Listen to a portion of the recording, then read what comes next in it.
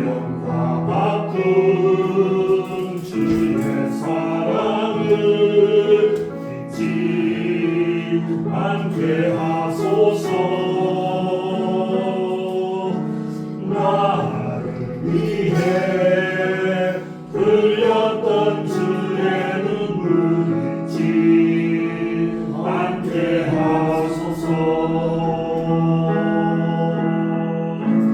감사합니다.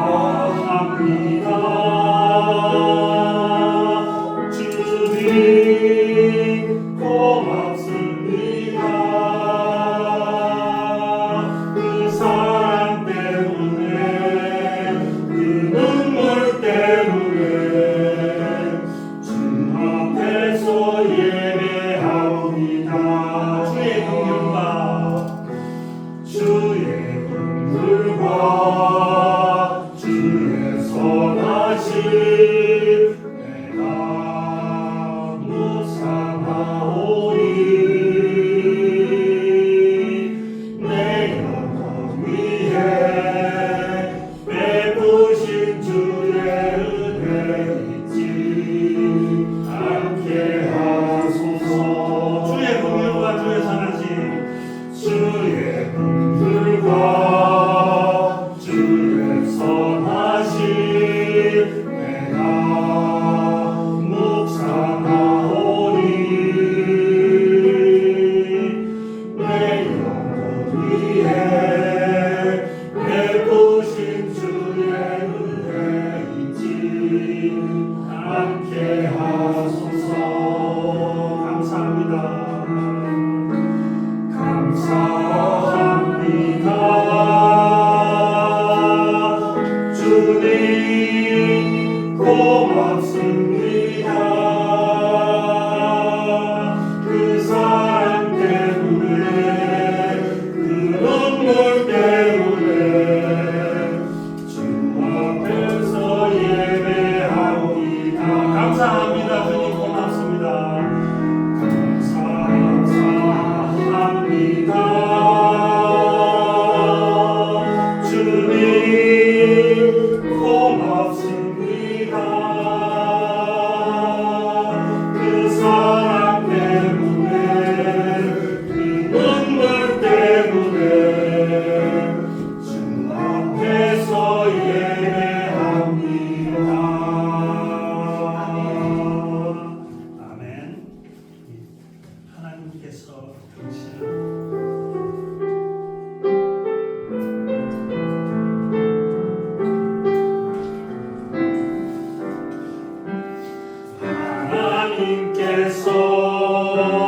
당신을 통해 메마른 삶에 샘물 나게 하시길 가난한 영혼 목마른 영혼 당신을 통해 주 사랑을 원하네. 하나님께서 우리를 통해 하나님께서 당신을 통해 메마른 땅에 샘물 나게 하시길 가난한 영혼 목마른 영혼 당신을 통해 주 사랑 알기 원하게. 잠깐 기도하겠습니다. 나를 통하여 우리 기쁨 생존인들이 주님의 사랑을 알게 하는 내가 그런 역할을 감당하게 달라고 기도하겠습니다. 하나님, 나를 통하여 우리 기쁨 생공동체가 더 주님께 가까워지고 더 나를 통하여 나의 모습에서 예수를 발견하는 그런 모습이 되게 나를 끊임없이 노력하고 끊임없이 사랑하는 그런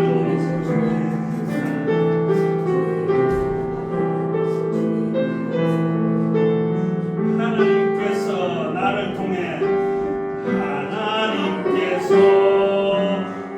나를 통해 메마른 땅에 샘물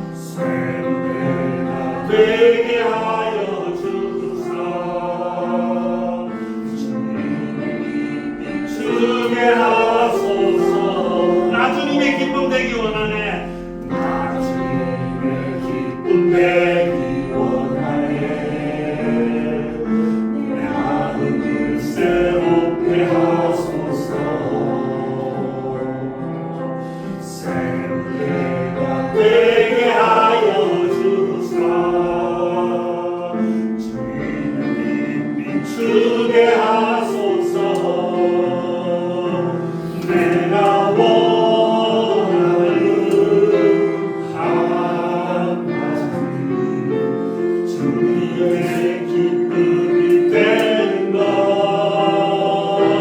내가 원하는 한 가지 주님의 기쁨이 되는 것 겸손히 내 마음 드리라 나의 모든 것 받으소서 나의 맘 깨끗게 씻어 주사 주님의 길로 나게 하소서 겸손히 내 마음 드립니다 겸손히 내 마음 드립니다 내 모든 것 받으소서 나의 맘 깨끗게 씻어 주사 주님의 길로 나게 하소서 내가 원하는 한 가지 주님의 기쁨이 되는 것 내가 원하는 한 가지 주님의 기쁨이 되는 것 내가 원하는 한 가지 내가 원하는 한 가지 주님의 기쁨이 되는 것 내가 원하는 한 가지 주님의 기쁨이 되는 것 아멘.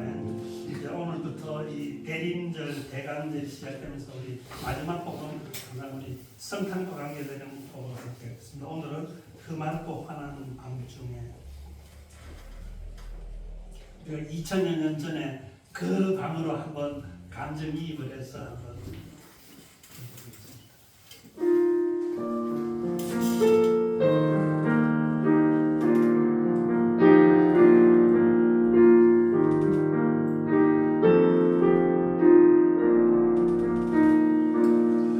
그 맑고 환한 밤중에 무천사 내려와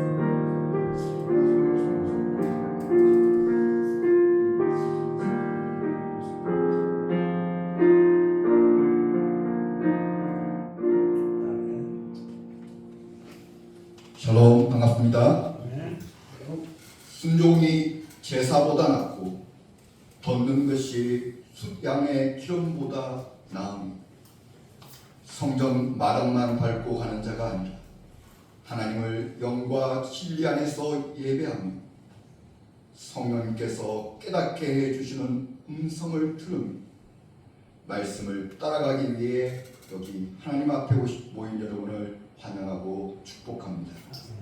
모두 다 자리에 일어나셔서 인내송을 올려드리며 예배의 자리로 나아가겠습니다.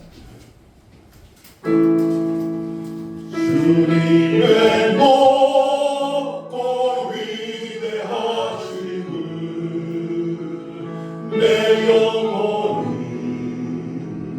찬양하네. 주님의 높고 위대하심을 내 영혼이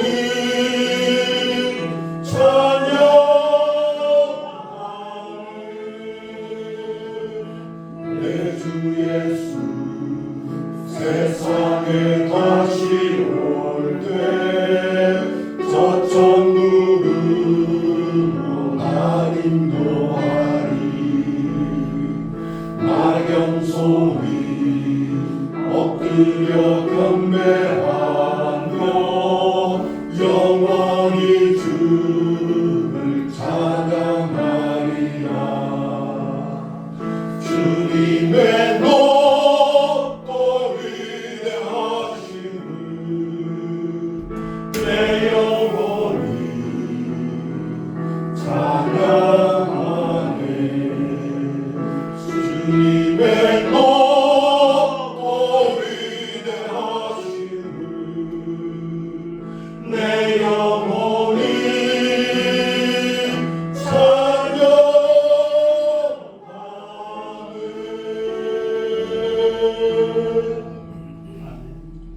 다 같이 한 목소리로 사도신경으로 우리의 신앙을 고백하겠습니다. 전능하사 천지를 만드신 하나님 아버지를 내가 믿사오며 그 외아들 우리 주 예수 그리스도를 믿사오니 이는 성령으로 잉태하사 동정녀 마리아에게 나시고 본디오 빌라도에게 고난을 받으사 십자가에 못 박혀 죽으시고 장사한 지 사흘 만에 죽은 자 가운데서 다시 살아나시며 하늘에 오르사 전능하신 하나님 우편에 앉아 계시다가 저리로서 산자와 죽은 자를 심판하러 오시리라.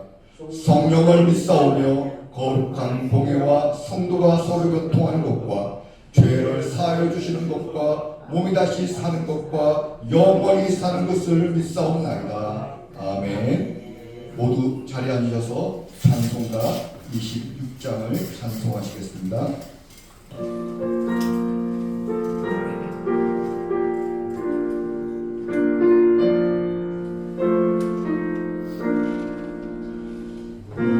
주를 하는 이를 찬송하고 찬송하세.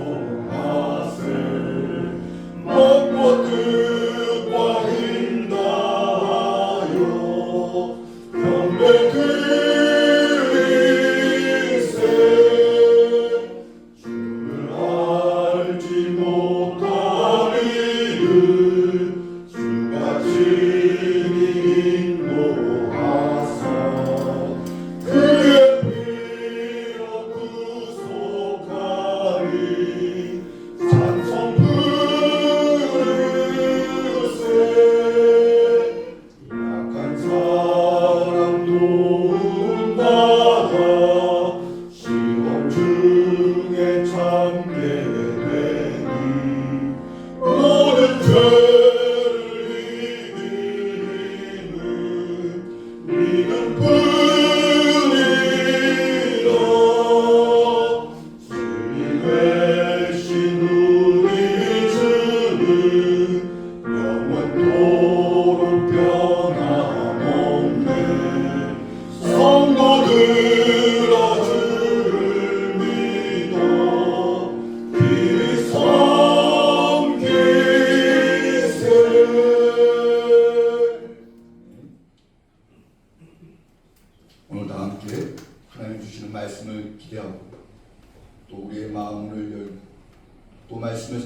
주 목사님께 성령이 감동하시고 붙드셔서 주 목사님을 통해 나오는 그 하나님의 말씀을 주의 말씀으로 우리가 받겠다.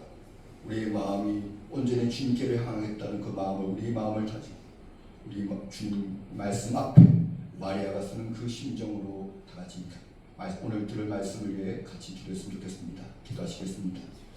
사랑이 많으신 하나님 아버지 참으로 감사합니다. 하나님 말씀이 강단에 선포될 때 그 말씀을 사람의 말이 아닌 하나님의 말씀으로 받게 하시고 그 말씀을 아멘 아멘하며 받을 때 그것이 우리의 양식이 되게 하시고 우리의 영이 살아나게 하시고 우리의 속사람이 그 말씀으로 바꿔나가서 그 말씀을 듣고 행함으로 그 행하는 일의 복을 받는 우리 평생교회 성도들에게 하여 주시옵소서. 말씀을 전하시는 제목사들에게 성령으로 충만케 하시고 그 이름으로 권능을 불태우소서. 그 말씀이 선포될 때 이 강단에서 하나님의 영광이 나타나게 하시고 하나님의 인재가 이곳에 가득 차게 하여 주시옵소서. 주님의 임하신 그 임재를 느끼게 하시고 그 말씀이 선포될 때 우리의 마음같이 기경되게 하시고 우리의 무너진 마음들이 무너지게 하시고 깨어지게 하시고 우리의 마음같이 주님을 향해서 나아가기를 원합니다. 주님의 말씀을 듣기를 원하고 그 말씀으로 새 힘을 얻기를 원하오니 말씀하여 주시옵소서. 감사합니다. 주의 주님을 듣게 드립니다.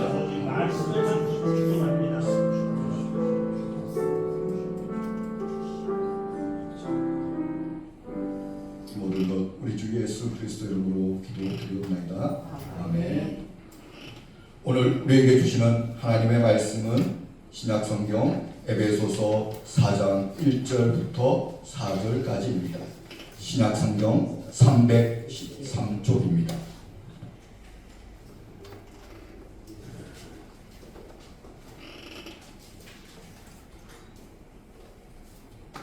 신약성경 313쪽 에베소서 4장 1절부터 4절까지 말씀입니다.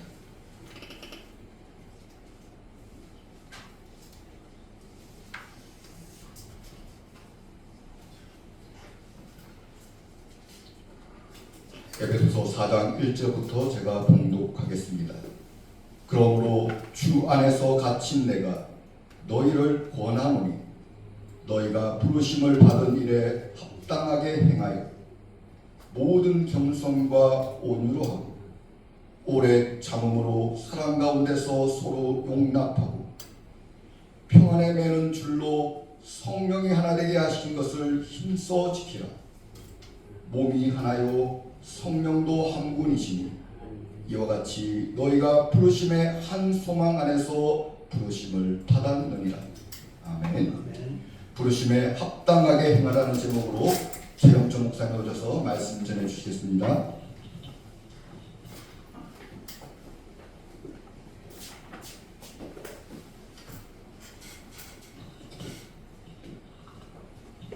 오늘 본문을 아시다시피 에베소서에 있는 말씀인데요. 본문 말씀의 이해를 위해서는 그 전에 먼저 본문이 기록되어 있는 에베소서라는 책이 어떤 책인지를 좀 알아야 합니다. 바울은 총 13개의 서신서들을 기록했는데요.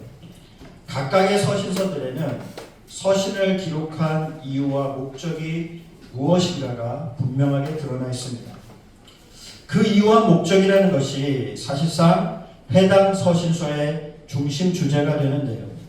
예를 들면 고린도서는 초대교회 안에서 일어나는 여러 현실적 문제에 대한 교회의 대처 방안을 제시한 책이고요.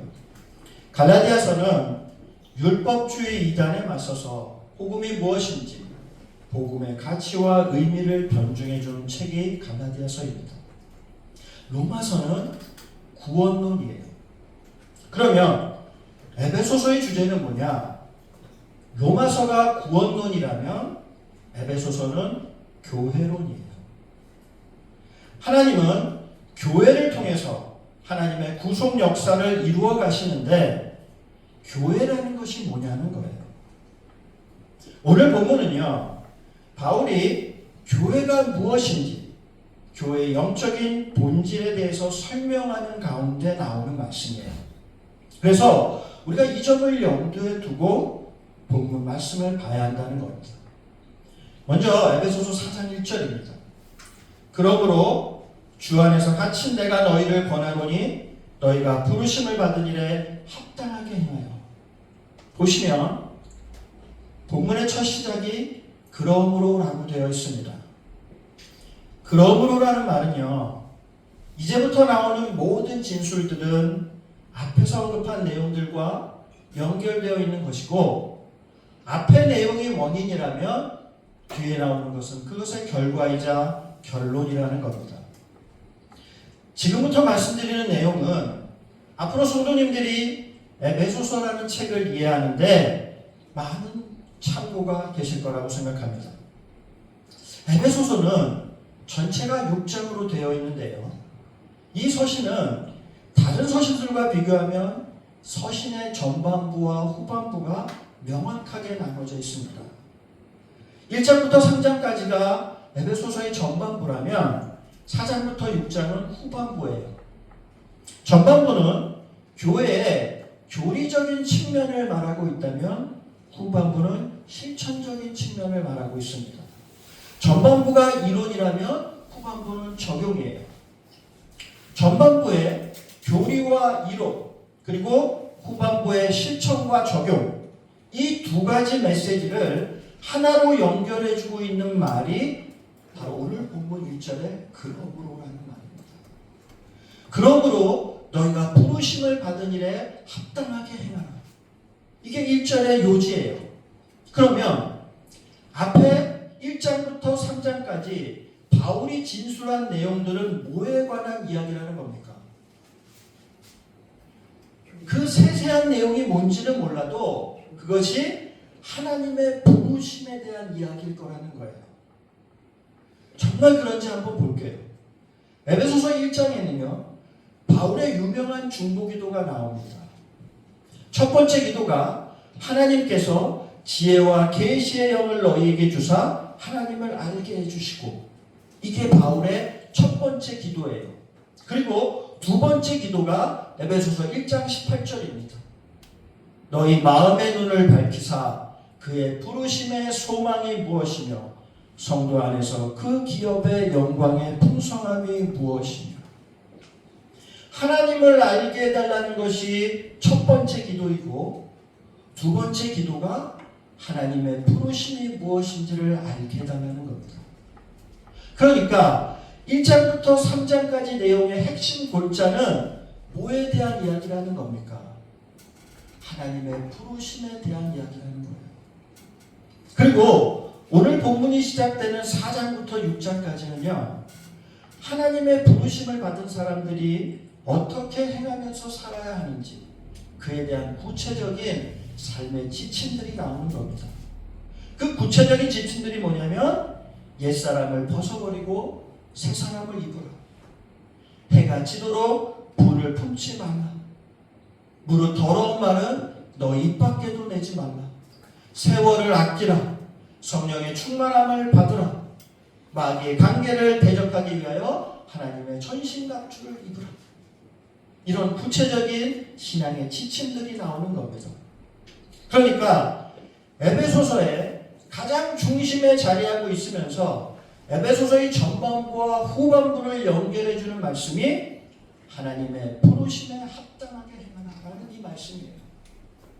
바울은 에베소 성도들에게 이 말을 하고 싶은 겁니다. 이 말씀에서 가장 중요한 키워드는 부르심이라는 말이에요. 우리가 일반적으로 생각하면 하나님이 주신 구원에 합당하게 행하라 라고 말해야 할 것 같은데, 바울은 그렇게 말하지 않고 하나님의 부르심에 합당하게 행하라고 말하고 있습니다. 바울이 구원보다 부르심을 먼저 언급한 이유가 뭘까요? 하나님의 은혜의 시작은 구원이 아니라 부르심으로부터 시작되기 때문입니다. 구원보다 먼저 선행하는 것이 부르심이에요. 구원은 부르심의 결과입니다. 내가 너를 지명하여 불렀나니 너는 내 것이라고 했어요. 하나님이 우리를 선택하여 부르셨기 때문에 우리가 구원을 받을 수 있는 겁니다. 오늘은 그래서 특별히 부르심이라는 주제를 가지고 성도님들과 같이 말씀을 나누려고 합니다. 성도님들이 성경을 읽다 보면 부르심이라는 말을 자주 보시게 될 텐데요. 부르심 그러면 성도님들 머릿속에 직관적으로 떠오르는 단어가 하나 있어야 합니다. 그게 뭐냐면 소명이라는 말이에요. 성경은 부르심이라는 말을 쓰기도 하고 소명이라는 말을 쓰기도 하는데요. 소명은 사람이 하나님의 일을 하도록 하나님의 부르심을 받은 일, 그것을 소명이라고 말합니다. 성도님들께 한번 여쭤보겠는데요. 성도님들은 하나님의 소명, 하나님의 부르심을 받은 사람들입니까? 아닙니까? 이 자리에 계신 여러분들은 하나님의 부르심을 받은 사람들이에요. 하나님의 부르심을 받은 사람들을 특별히 교회라고 말하는 겁니다. 이게 에베소서가 말하는 교회입니다. 초대교회 성도들은 교회를 뭐라고 불렀냐면요. 우리는 교회라고 부르지만 그들은 에클레시아라고 불렀어요. 에클레시아가 무슨 뜻입니까? 에크는 밖으로라는 뜻이고 클레시아는요. 오늘 말씀의 주제인 부르심이라는 말이에요. 그러니까 에클레시아는 밖으로 부르심을 받은 사람들, 밖으로 불러낸 사람들이라는 말입니다. 이게 교회의 정의예요. 그러면 교회라는 말과 에클레시아라는 말의 차이가 뭐겠습니까? 교회는 가르칠 교 오일회예요. 교회라는 말은 가르침이 강조되는 말입니다. 반면에 에클레시아는 밖으로 부르심, 다시 말해 세상과 구별됨을 강조하는 말이에요.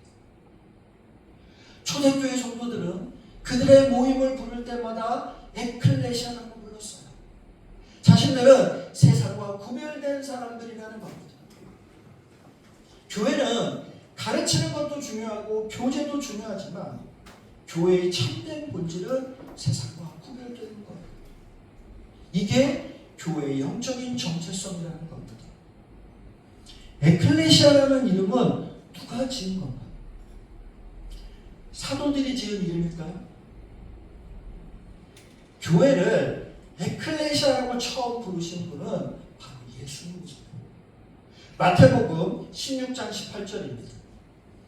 또 내가 내게 이르노니 너는 베드로라. 내가 이 반석 위에 내 교회를 세우리니 음부의 권세가 이기지 못하리라. 하나님이 내 에클레시아를 세우시겠다고 하셨어요. 하나님이, 예수님이 친히 부르신 사람들의 공동체를 만드시겠다는 겁니다. 예수님이 친히 교회에 붙여주신 단 하나의 이름, 그게 에클레시아예요. 교회의 정의가 에클레시아, 부르심을 받은 사람들이라고 한다면 교회의 시작은 어디서부터 시작이 되는 겁니까? 성경에서 맨 처음 하나님의 부르심을 받은 사람이 누구예요? 아브라함이에요. 창세기 12장 1절입니다. 여호와께서 아브라함에게 이르시되 너는 너의 고향과 친척과 아버지의 집을 떠나 내게 보여줄 땅으로 가라. 히브리서 11장 8절. 믿음으로 아브라함은 부르심을 받았을 때 순종하여 장래의 유업으로 받을 땅에 나아갈새 갈 바를 알지 못하고 나아갔습니다. 하나님이 갈대아 우르에 있는 아브라함을 밖으로 부르셨어요. 정확하게는 불러내셨어요. 이게 에클레시아의 시작입니다. 그리고 그 정점을 이룬 사건이 이스라엘 백성들의 출애굽 사건이에요. 레위기 11장 45절.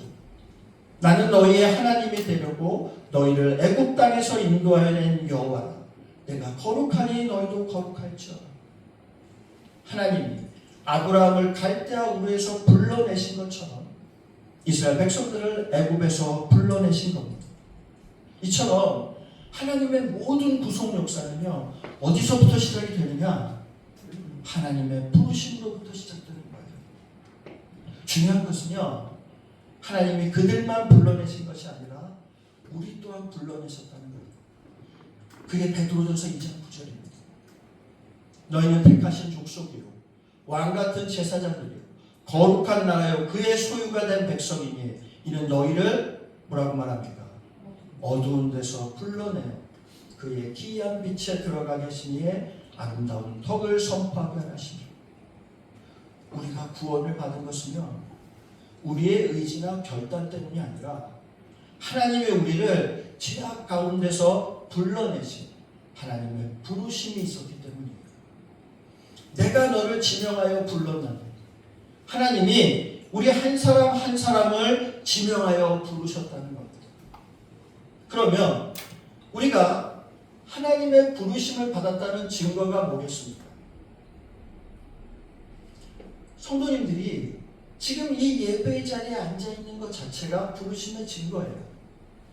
하나님이 부르셨기 때문에 지금 이 자리에 있는 겁니다. 그런데 그보다 더 중요한 증거가 있습니다. 그것은 성경의 말씀들이 성도님들 마음에 믿어진다는 사실이에요. 성경의 말씀이 믿어진다는 것, 이것이 가장 중요한 부르심의 증거입니다. 그 이유가 뭐냐면요. 복음서에 씨 뿌리는 비유에 보면 사람들이 하나님의 말씀을 들을 때 사단이 그 마음에서 하나님의 말씀을 빼앗아 간다고 했습니다. 사단이 말씀을 믿지 못하게 만드는 거예요. 이것은요 특정한 사람들에게만 해당되는 것이 아니라 모든 사람에게 해당되는 겁니다. 사단은요 세상 가운데 하나님을 부인하는 이론들, 하나님을 거부하는 지식과 사상들을 마치 씨 뿌리듯이 뿌려놓았습니다. 세상 모든 사람들이 그 속에서 살고 있기 때문에 하나님의 말씀을 믿지 못하고 하나님을 부인하면서 살아가는 겁니다. 우리가 지금 하나님을 믿고 있다는 것은요 어찌어찌 하다 보니까 믿어진 것이 아니에요. 사단의 그런 방해에도 불구하고 그 모든 방해들을 다 뚫고서 믿고 있는 거예요. 이스라엘 백성들이 바로의 집요한 방해에도 불구하고 출애굽을 할 수 있었던 것처럼요. 우리들 또한 사단의 온갖 방해에도 불구하고 하나님의 부르심이 있었기 때문에 하나님의 말씀을 믿을 수 있게 된 겁니다. 하나님의 부르심이 있었기 때문에 우리 안에 겨자씨 같은 믿음이 심겨지게 된 것이고요. 우리 안에 심겨진 그 겨자씨 같은 믿음 때문에 우리는 예수를 주로 고백하게 된 겁니다. 그리고 우리가 예수를 주로 고백할 수 있어서 우리 안에 성령 하나님이 내주하게 되신 거예요. 우리가 가진 이 믿음은 우리의 노력이나 의지로 때문이 아니라 우리를 지명하여 불러주신 하나님의 부르심의 결과예요. 믿음은 모든 사람의 것이 아니라고 했습니다. 겨자씨 같은 그 믿음 자체가 하나님이 주신 은혜의 선물이라는 겁니다. 은혜의 시작은요 성경의 첫 구절이 창세기 1장 1절이 믿어지는 거예요. 태초에 하나님이 천지를 창조하셨다는 이 말씀이 믿어지면 나머지 모든 말씀들은 어렵지 않게 믿어지는 겁니다. 아무 것도 없는 무에서 유를 창조하신 하나님의 전능하심이 믿어지면 예수님이 처녀의 몸에서 나신 일도 믿어지는 것이고요. 죽은 나사로가 다시 살아난 일도 믿어지는 거예요. 그런데 이 말씀이 믿어지지 않으면 뒤에 나오는 모든 내용들은 인간이 만든 설화나 신화밖에는 안 됩니다. 나눔 시간에 이한모 집사님이 신앙 고백처럼 하시는 말씀이 있습니다. 지구를 생각할 때마다 하나님에 대한 믿음과 감사가 절로 나온다는 말씀입니다. 믿음이라는 것이요 지극히 주관적인 영역이기 때문에 사실 저로서는요 집사님이 느끼는 그 감정과 깨달음을 온전히 느낄 수가 없습니다. 다만 한 가지 확신할 수 있는 것은요 하나님이 집사님에게 창세기 1장 1절을 믿을 수 있는 그 깊은 믿음을 주셨다는 거예요. 그 믿음으로 인해서 집사님이 성경의 다른 말씀들까지도 굳게 믿을 수 있게 되었다고 저는 믿습니다. 신앙생활을 하다 보면요, 우리가 하나님의 특별한 은혜를 입고 있다는 사실을 잊어버릴 때가 많습니다. 사실 모든 것이 다 하나님의 은혜인데 은혜가 계속되면 그것이 은혜인 줄을 모르게 되는 겁니다. 바울은 너희가 어디서 무엇으로부터 부르심을 받았는지를 기억하라고 말씀하고 있습니다. 아브라함은 바벨론 땅에서 부르심을 받았고 이스라엘 백성들은 애굽에서 부르심을 받았습니다. 바벨론과 애굽은 어떤 곳입니까? 우상 숭배가 가득한 땅이에요.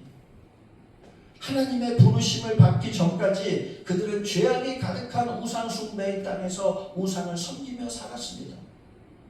이게 구원받기 전에 우리의 영적인 실상이라는 겁니다. 에베소서 2장 1절이에요. 그는 허물과 죄로 죽었던 너희를 살리셨도다. 그때 너희는 그 가운데서 행하여 이 세상 풍조를 따르고 공중의 권세 잡은 자를 따랐으니 곧 지금의 불순종의 아들들 가운데서 역사하는 영이라. 보시면 너희가 허물과 죄로 죽을 것이다가 아니고요, 죽었던이라고 말하고 있습니다. 영적으로 우리는 이미 사형 선고를 받은 상태였다는 겁니다. 그런 죽은 상태에서 구원의 부르심을 받은 겁니다. 바울은 에베소 성도들이 하나님의 부르심의 은혜가 무엇인지를 깨닫게 해달라고 기도하고 있습니다. 왜냐하면 그 부르심의 은혜가 얼마나 큰 은혜인지를 깨달아야 부르심에 합당한 삶을 살 수 있기 때문입니다. 바울은 3장까지 하나님의 부르심에 대해서 이야기를 하고요, 본문 4장부터는 하나님의 부르심에 합당한 삶이 구체적으로 어떤 삶인지 그 실질적인 삶에 대해서 말합니다. 그 첫 번째 내용이 본문 2절입니다.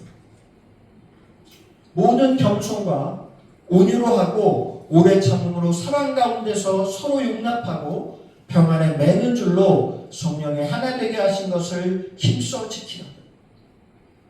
에베소서는 큰 틀에서 교회에 관한 이야기라고 말씀드렸습니다. 그렇다면 교회가 추구해야 할 목표, 교회 공동체가 지향해야 할 최고의 가치는 뭐라는 겁니까? 성령이 하나 되게 하신 것을 힘써 지키는 것. 다시 말해 하나됨이라는 겁니다. 그리고 바울은 4절에서요, 교회가 왜 하나됨을 추구해야 하는지 그 이유를 말하고 있습니다. 4절, 몸이 하나요 성령도 한 분이시니 이와 같이 너희가 부르심의 한 소망 안에서 부르심을 받았느니라. 주도 한 분이시요 믿음도 하나요 성령도 세례도 하나요 하나님도 한 분이시니 곧 만유의 아버지시라. 이 말씀에만요 하나라는 말이 7번이나 반복해서 나옵니다. 이 말씀의 요지는요, 교회는 하나님을 아버지로 그리고 예수님을 주로 고백하는 그 한 믿음을 가진 사람들이 성령님과 하나로 연합되어 있는 공동체라는 거예요. 이게 하나님이 세우신 교회예요. 그렇기 때문에요, 하나님이 가장 싫어하시는 것이 뭐냐면요, 하나님께서 세우신 교회이기 때문에 하나님이 가장 싫어하시는 것은 이유가 무엇이든지 간에 교회 안에 분열과 다툼이 일어나는 겁니다. 아무리 작은 분열이라도 그것은 하나님 앞에 반드시 회개할 문제라는 겁니다.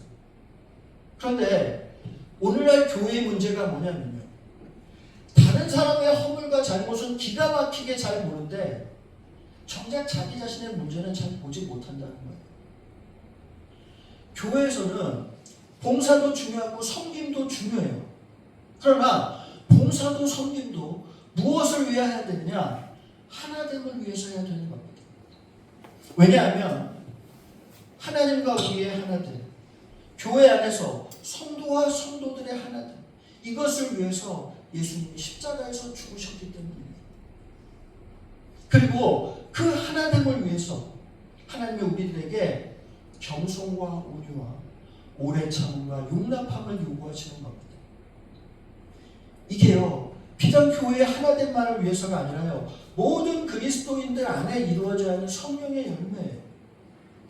먼저 겸손과 온유인데요, 겸손과 온유는 예수님의 대표적인 성품입니다. 그런데 이 두 가지는 사실상 하나의 열매라고 할 수 있습니다. 왜냐하면 겸손한 사람에게서 나타나는 열매가 온유이기 때문이에요. 다시 말해 하나됨을 위해서 가장 중요한 덕목이 겸손이라는 거예요. 성도님들은 겸손이 뭐라고 생각하십니까? 제가 설교 중에 종종 원문의 단어를 말씀드릴 때가 있는데 그 이유가 뭐냐면 똑같은 단어라도 지금 우리가 생각하는 의미와 성경이 기록될 당시의 의미가 다를 수 있기 때문입니다. 겸손이라는 단어가 그런 말입니다. 우리는 겸손이라고 하면 우리가 배워야 할 아름다운 미덕으로 생각을 하는데요. 그런데 예수님 당시에 겸손이라는 말은요, 노예들에게 사용한 말이었어요. 노예들이 느끼는 굴욕감과 비천함, 그것을 겸손이라고 했습니다. 예수님이 제자들의 발을 씻기시면서 겸손의 본을 보이셨는데요. 다른 사람의 발을 씻기시는 것은 비천한 노예나 종들만이 하는 일이었다는 겁니다. 베드로전서 5장 5절인데요. 젊은 자들아, 이와 같이 장로들에게 순종하고 다 서로 겸손으로 허리를 동이라. 하나님은 교만한 자를 대적하시되 겸손한 자들에게는 은혜를 주시느니라. 너희가 겸손으로 허리를 동이라고 했는데요. 허리를 동인다는 말이 무슨 뜻이냐면요. 종들이 주인의 시중을 들기 위해서 허리에 수건을 두르는 것을 말하는 겁니다. 이렇게 하신 분이 누구입니까? 예수님이세요. 요한복음 14장 4절. 저녁 잠수시던 자리에서 일어나 겉옷을 벗고 수건을 가져다가 허리에 두르시고 이에 대하여 물을 떠서 제자들의 발을 씻기시고 그 두르신 수건으로 닦기 시작합니다. 예수님이 친히 비천한 종이 되셔서 제자들의 발을 씻기신 겁니다. 그렇게 예수님이 먼저 종이 되시고 너희들도 나와 같은 종이다라고 말씀하시는 거예요. 성경이 말하는 겸손은요, 다른 사람을 섬기는 종의 마음을 갖는 겁니다. 바울은 그 마음을 빌립보서 2장 3절에서 이렇게 말합니다. 아무 일에든지 다툼이나 허영으로 하지 말고 오직 겸손한 마음으로 각각 자기보다 남을 낮게 여기고 종처럼 다른 사람을 나보다 낮게 여기는 것, 이게 겸손이라는 거예요. 그런데 우리는 어떻습니까? 밑에 보시면 낮게와 낮게가라는 단어가 보이실 겁니다. 두 단어가 한 획밖에 차이가 나지 않는데 뜻은 완전히 정반대입니다. 우리는 다른 사람들을 나보다 낮게 여기는 것이 아니라 낮게 볼 때가 많아요. 우리 안에 있는 이 마음 때문에 하나가 되지 못하는 겁니다. 저와 성도님들의 마음속에 다른 사람을 아래로 보는 마음은 없는지 한번 돌아볼 수 있기를 소망합니다. 하나님은 우리를 그리스도의 몸인 교회로 부르셨습니다. 그리스도의 몸인 교회를 통해서 예수님의 겸손을 배우라는 겁니다. 예수님처럼 다른 사람을 섬기는 법을 배우고 다른 사람을 나보다 낮게 여기는 법을 배우라는 거예요. 이게 우리를 그리스도의 몸인 교회로 부르신 이유예요. 마지막으로 오래 참음과 용납함인데요. 오래 참음과 용납함은 하나님의 대표적인 성품입니다. 하나님은 이스라엘 백성들이 홍해바다 앞에서 하나님을 향해 원망의 말을 쏟아낼 때 참으셨어요. 광야에서 물이 없다고 원망하고 고기가 없다고 불평했을 때도 하나님은 참으셨어요. 가나안 땅에 앞에 와서는 그 땅에 들어가기 싫다고 울고불고 떼를 쓸 때도 하나님은 참으시고 용납하셨어요. 하나님의 그 오랜 참음과 용납하심이 우리의 모든 죄를 참으시고 우리를 구원의 길로 인도해 주신 겁니다. 그리고 우리에게 말씀하세요. 내가 너희를 오래 참고 용납한 것처럼 너희도 다른 사람들을 참고 용납하라. 이것이 하나님의 부르심에 합당한 삶이라는 겁니다. 성도님들은 다른 사람들을 얼마나 참고 용납하고 계십니까? 우리가 아무리 참고 용납한다고 해도 하나님의 우리를 참고 기다리신 것만큼은 아니라는 거예요. 우리 각자의 삶을 한번 돌아보시기 바랍니다. 우리가 지금 이 정도의 신앙을 갖게 되고 이 정도의 성품이 되기까지 얼마나 많은 시간이 걸렸습니까? 모세는 40년이 걸렸어요. 40년 동안 하나님이 참고 기다리신 겁니다. 사람이 변화하는 데는 그렇게 오랜 시간이 걸린다는 거예요. 우리 자신이 변화하는데도 모세처럼 수십 년이 걸렸는데 다른 사람에 대해서는 너무나 엄격한 잣대로 볼 때가 있다는 거예요. 근데 여러분, 어떤 사람이든지요, 하나님이 그 사람을 만지시는 때가 있어요. 하나님이 그 사람을 만지시는 카이로스의 때가 있는 겁니다. 그때까지 하나님을 믿고 기다려야 돼요. 그때까지 그 사람을 참고 용납할 수 있어야 합니다. 하나님이 우리를 만지셨던 것처럼 그 사람도 반드시 만지신다는 겁니다. 끝으로 한 말씀만 더 드리고 설교를 마치겠습니다. 우리가 어떤 사람을 참고 용납하기 위해서는요, 그 사람의 단점보다 장점을 볼 수 있는 눈이 있어야 합니다. 하나님이 어떤 사람을 만드실 때는요, 하나님이 그 사람을 통해서 하나님의 일을 하시고 하나님의 영광을 드러낼 수 있는 장점들을 주셨어요. 우리가 그것을 보지 못할 뿐이에요. 그래서 우리가 그 사람의 장점을 보기 시작하면요, 소망이 생기게 돼요. 하나님이 그 사람을 만드실 거에 대한 하나님에 대한 믿음과 기대가 생기는 겁니다. 그리고 그 장점들로 인해서 단점에 대한 우리의 비판들이 줄어들게 되는 거예요. 비판은 내가 그 사람에 대한 비판을 줄여야지 안 한다고 안 해지는 것이 아니라 하나님이 그 사람에게 무엇을 주셨고 어떤 계획을 갖고 계시고 그 사람의 장점이 무엇인지를 보기 시작하면 단점은 서서히 자연스럽게 줄어들게 되었어요. 이 시간 죄와 허물로 죽었던 우리를 하나님의 은혜 가운데로 불러주신 그 은혜의 부르심을 기억할 수 있기를 소망합니다.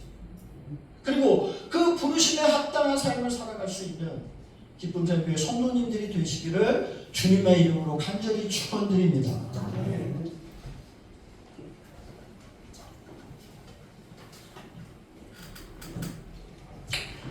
주님 말씀하시면이라는 찬송인데요. 저 맨 끝에 두 번째 줄에 가면 그 뜻을 위하여 다음에 다시 위로 돌아가시면 됩니다.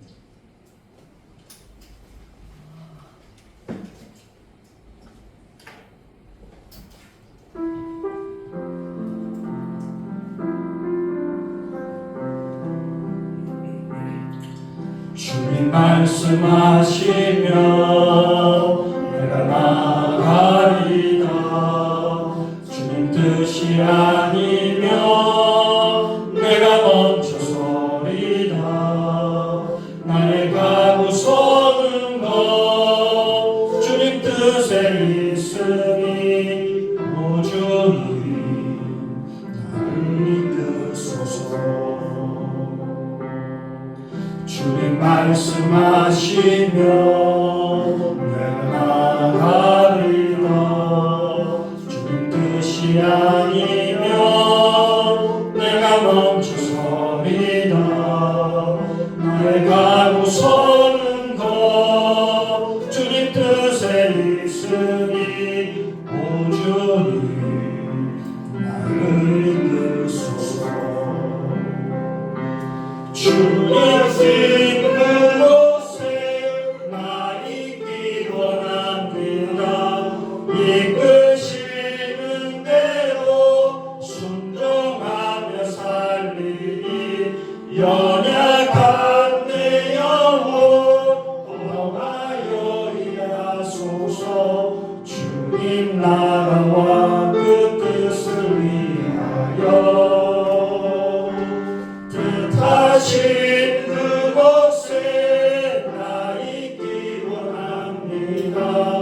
이끄시는 대로 순종하며 살리니 연약한 내 영혼 통하여 일하소서. 주님 나라와 그 뜻을 위하여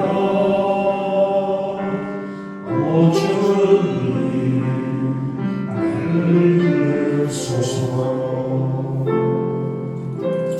공헌드리겠습니다.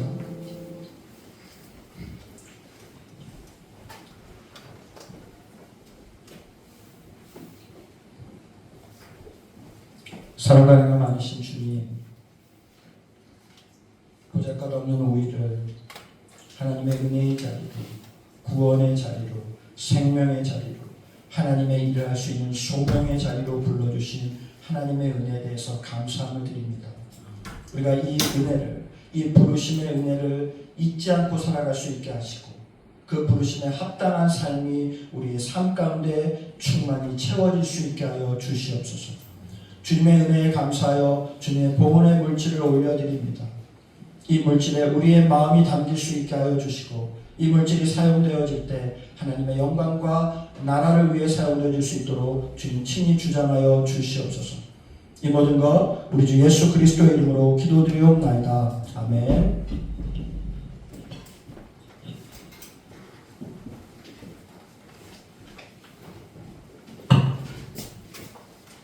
교회 소식 전해드리겠습니다. 다음 주는 12월 첫째 주로 대표기도는 이수정 사모님께서 해주시겠습니다.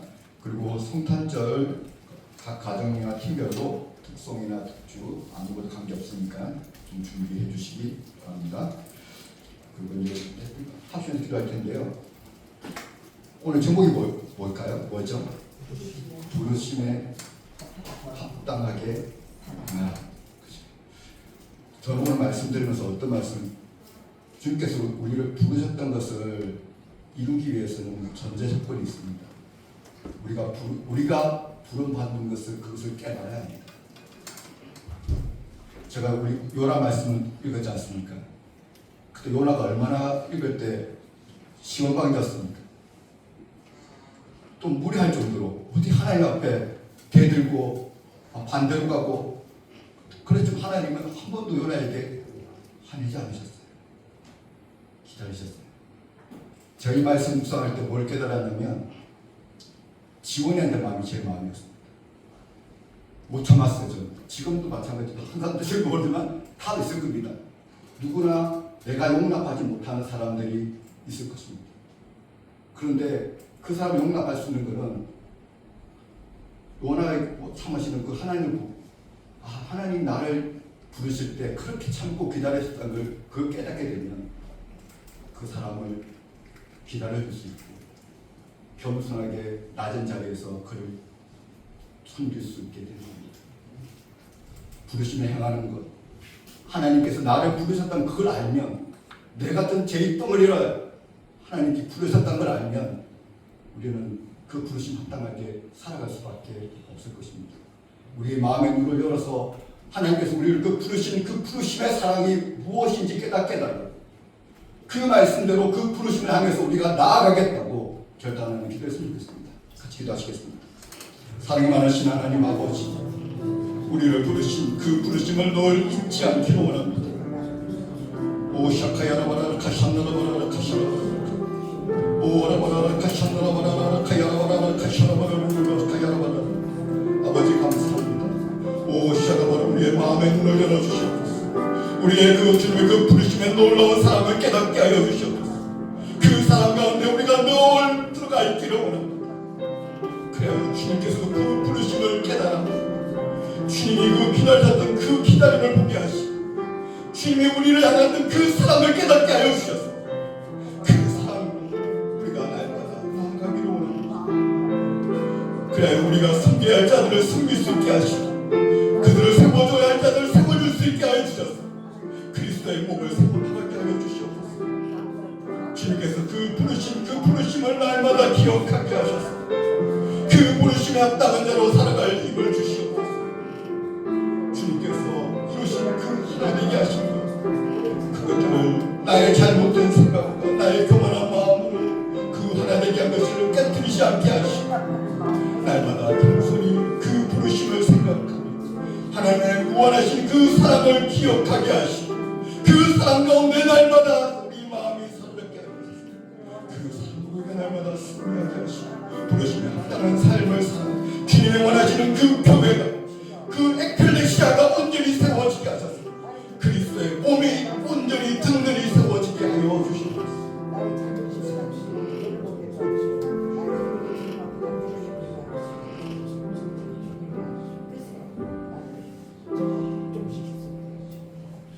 모두 다 일어나셔서 배에서 부르시고 축도하시고 예배를 마치겠습니다.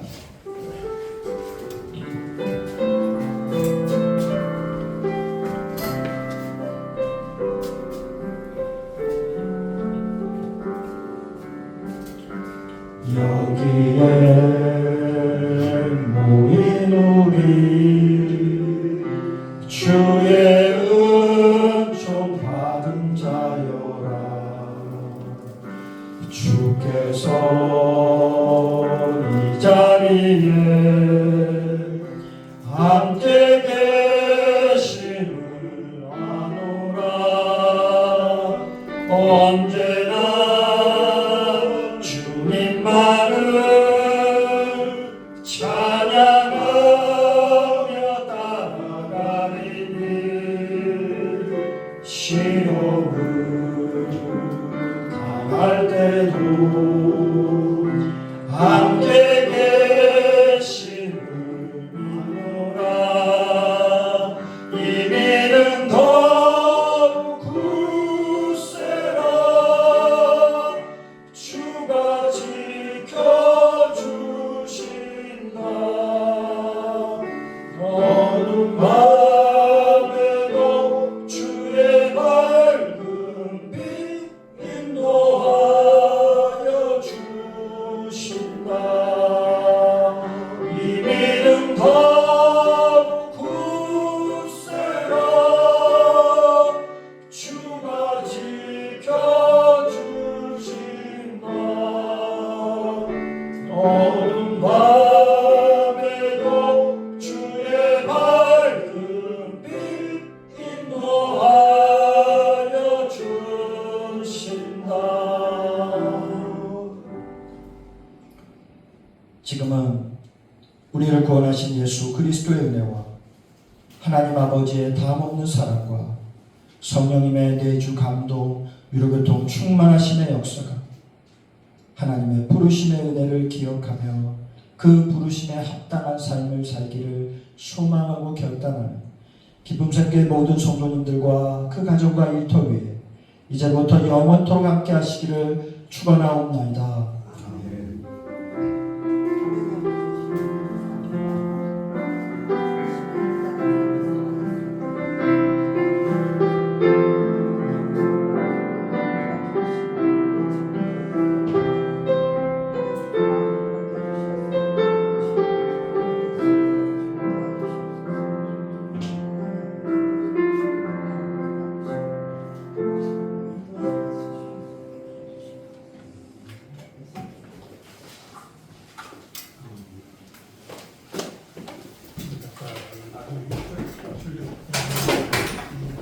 세계에서 노래하고 제안하고 하겠습니다. 질문에서